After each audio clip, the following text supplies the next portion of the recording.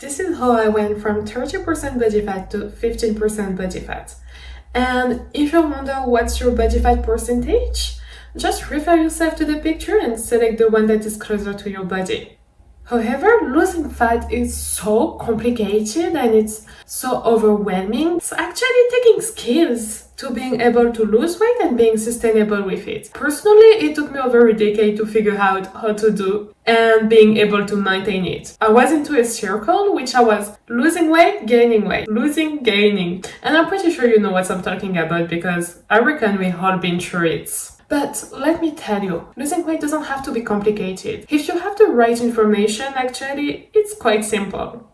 So let's break it down. When it comes to fat loss, I think nutrition is the most important topic, but also the harder. Let's be honest, when you start looking for information on nutrition and what to do and how to do, you have so many information from everywhere that is more misleading you and leave you confused than helping you. So let's keep it simple. First, I want you to remember that calories define your weight. So the formula is quite simple. If you consume more calories than you actually burn, that means you gain weight. If you consume the same amount of calories than you burn, that means you are going into maintenance. But if you consume less calories than you burn, that means you are going to lose weight. So that's the formula that we want for today. But then, how to do a good deficit? Well, in order to be sustainable in the long term, it's better to do a slight deficit than going into a crash diet, cutting everything. Let me tell you, if you want to do a diet which is 1,200 calories a day, it can work on the short term. And you're going to lose more muscle than fats, first of all. Second of all, as soon you are going to eat normally again, you are going to gain everything back. That's not what we want. We want to lose weight and being sustainable with it. Having to starting over every week, every month, whatever. It's so hard. So let's avoid those mistakes. And please feed yourself. Because you don't have to hit 1,200 calories in order to get in shape and going down to 15%. You actually need to fuel your body, but in the right way. You know what? Dieting doesn't have to be hard or feel like something complicated. At the end of the day, it's just making healthier choices for you and find the nutrition that suits your lifestyle. Because if you go online, you are going to have so many diets and they actually can work.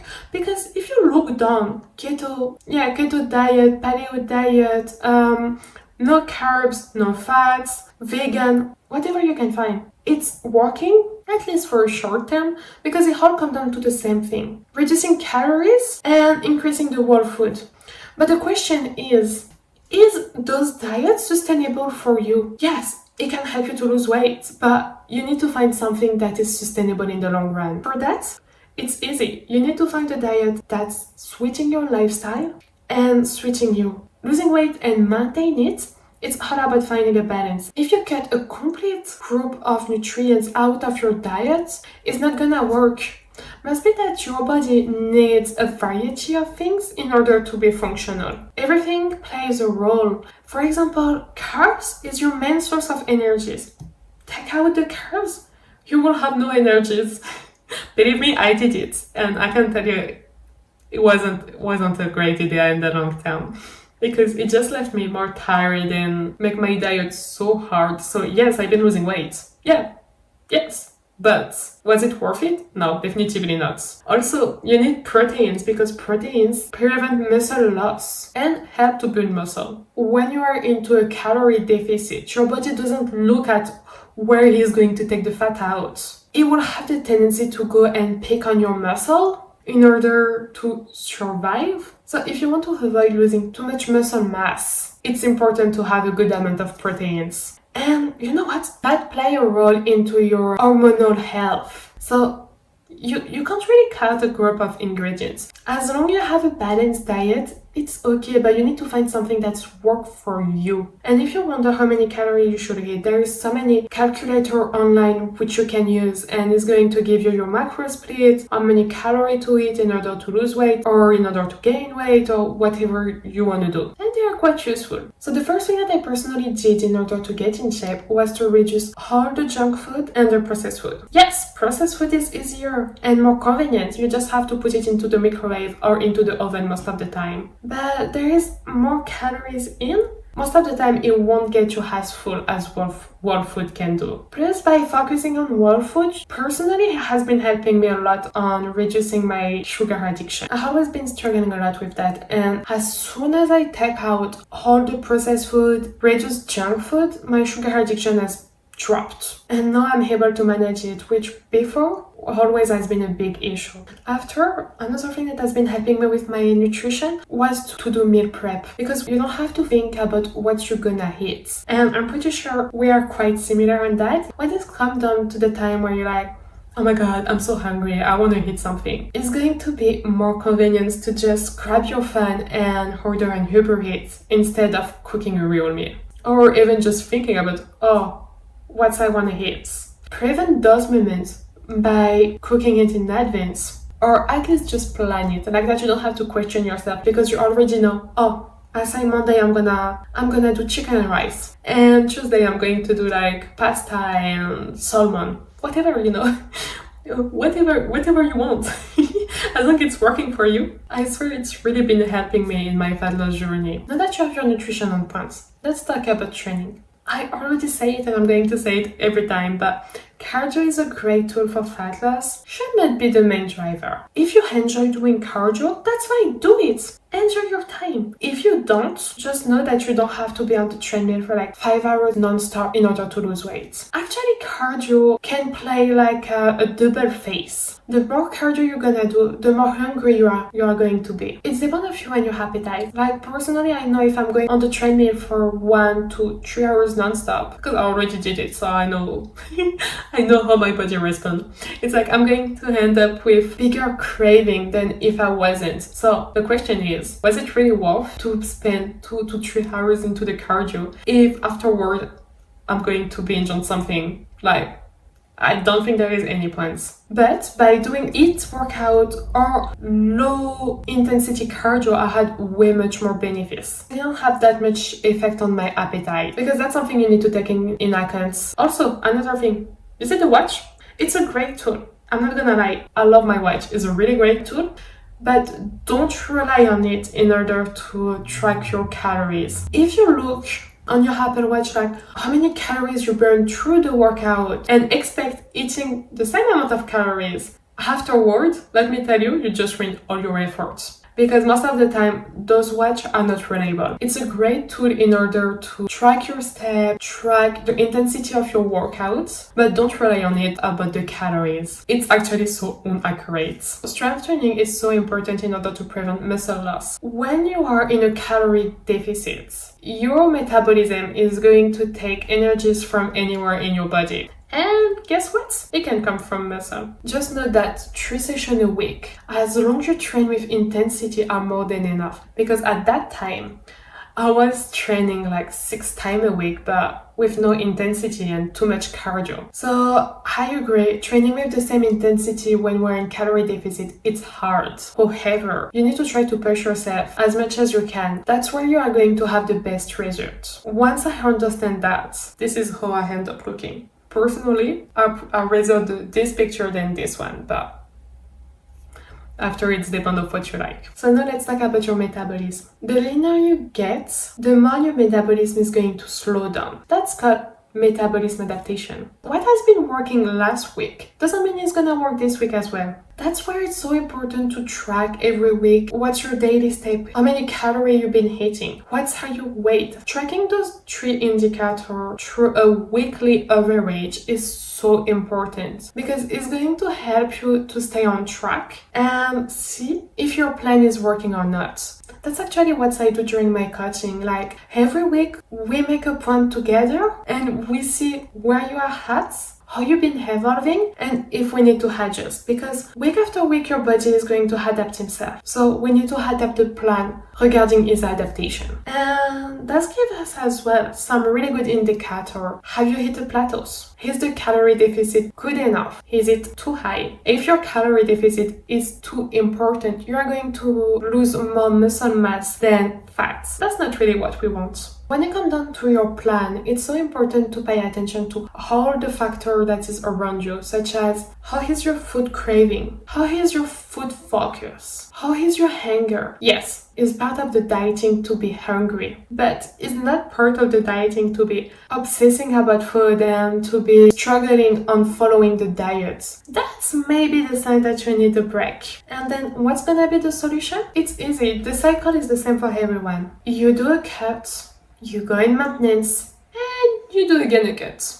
If you are ready, if your body is ready to go through another cut phase, as long as you are going to have those cravings, but like when I'm talking about craving, I'm talking about real craving, where it's like really, really hard to stay on track. When you are going to have that much hunger that following the diet is no longer really possible, that's when you really need a break. And that's fine, that's okay. Once your body is telling you it is ready to go again, you can go again, but you need to listen to your metabolism. Otherwise, it's not going to work. And that's actually where so many people fail and get back all the weight that they lost. It's because they didn't listen to their body and to their sign. Like a cut break is so important when your body needs it. Most of the time, it will be to avoid to do a cut for longer than 12 weeks. Your mindset is going to shape your full journey. How you perceive things and how you react to your environment through your mindset is going to play a big role. I remember before I was thinking, oh, I tried everything, nothing is working, my metabolism is broken or maybe shut down. That's not my fault, I'm not strong enough, I don't like this, I don't like that. And everything was feeling like a burden. At a certain point, I had a big mentality shift and I started to be like, okay, my metabolism is not broken. I'm strong enough to do it.